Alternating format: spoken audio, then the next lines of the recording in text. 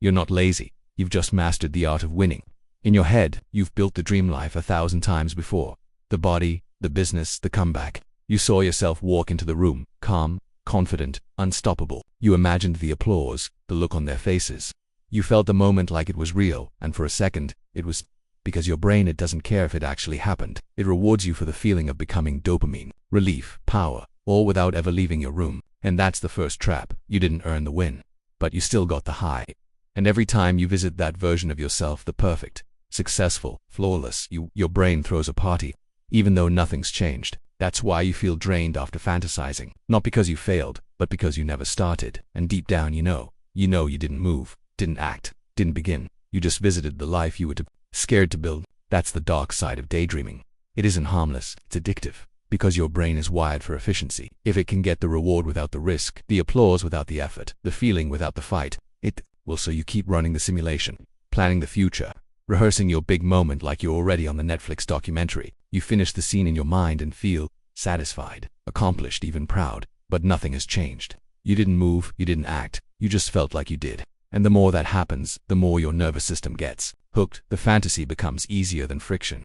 The success in your head is safer than trying because it doesn't ask for anything. No rejection, no failure, no months of silence or uncertainty. Just a rush, just a hit, just a lie. But here's the part that stings. The more you escape into that fantasy, the more you delay the version of yourself that could actually make it real. And that pain, it's quiet, but it builds. Because it's not just procrastination anymore, it's self-betrayal. You're not just imagining the future, you're avoiding it. The truth, you're not lacking vision, you're drowning in it. So much so that you've stopped moving. And eventually, the fantasy doesn't excite you anymore. It haunts you. Because now, it doesn't feel like a dream. It feels like a lie.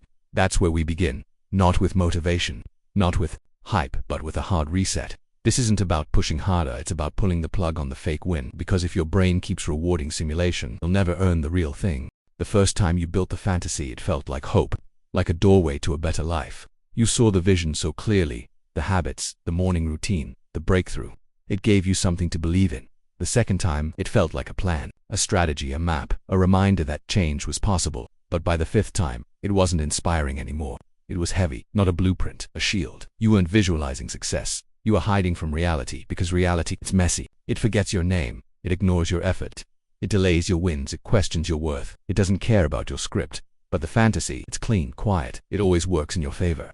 It lets you be everything without ever proving anything. No setbacks, no criticism, no unknowns, only certainty. And that's why it's dangerous.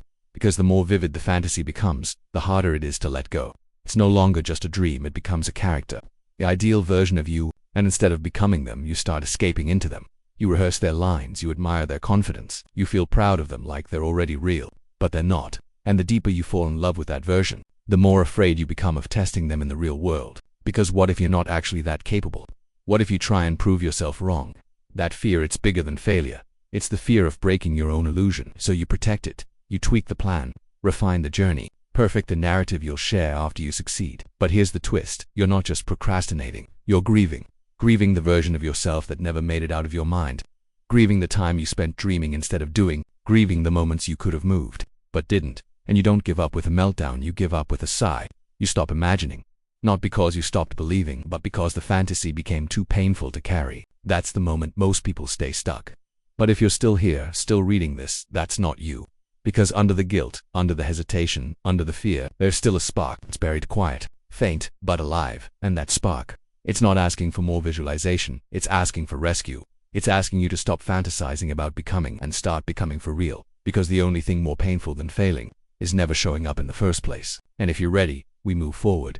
Not with a master plan, not with certainty, just with one truth. You can't outrun the work, but you can step into it. Here's the real problem nobody talks about.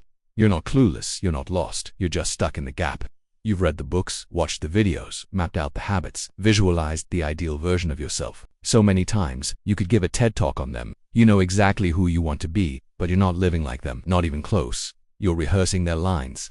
You're planning their days. But when it's time to act like them, you freeze. And every time you delay that first step, every time you scroll instead of start, overthink instead of move, you widen the space between who you are and who you're supposed to be. That space is called the identity gap. And it's where all your shame lives, because now you've seen the vision. You've built that person in your head, but you're still waking up with the same habits, still dodging the same discomfort, still stuck in the same patterns. That hurts more than failure, because at least failure means you tried. This is silence. This is wasted potential with Wi-Fi. The worst part, no one else can see the war inside. On the outside you look calm, maybe even collected, but inside you're haunted by the space between your insight and your inaction. That's the cost of awareness without embodiment.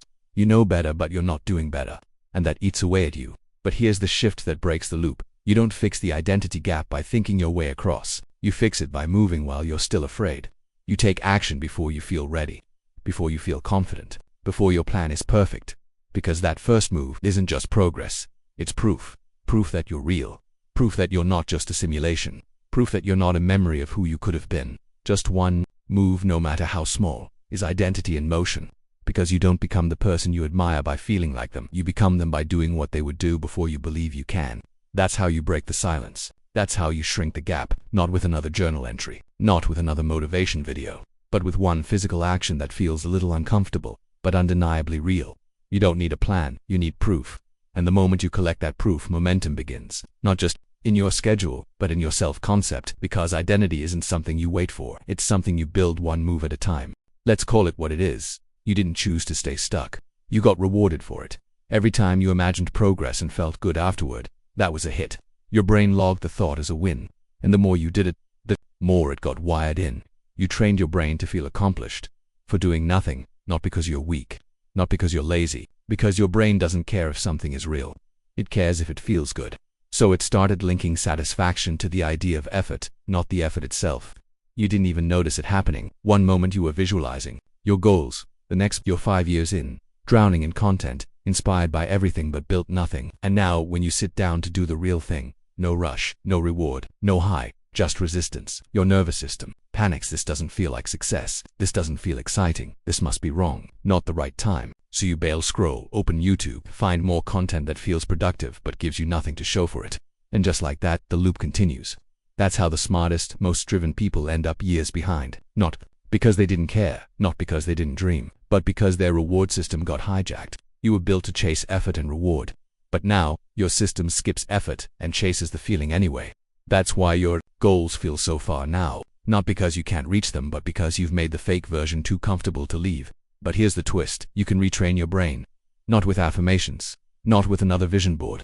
Not with a 90-day plan or a productivity hack. With proof. One small, real, uncomfortable action done consistently starts to break the loop. Not a breakthrough. Not a transformation. Something dumb and honest. 10 minutes of deep work. One message you've been avoiding. A single task that doesn't feel powerful. Just present. You reward that. Not the image. Not the idea. The motion. And when your brain starts linking movement to dopamine again, everything changes. That high you used to chase in your head, you'll feel it in real life, not after the win, but during the work. Because now you're not just imagining. Change, you're living it. And the fantasy version of you. He's not waiting, he's fading. You've lived in your head long enough. Now it's time to move.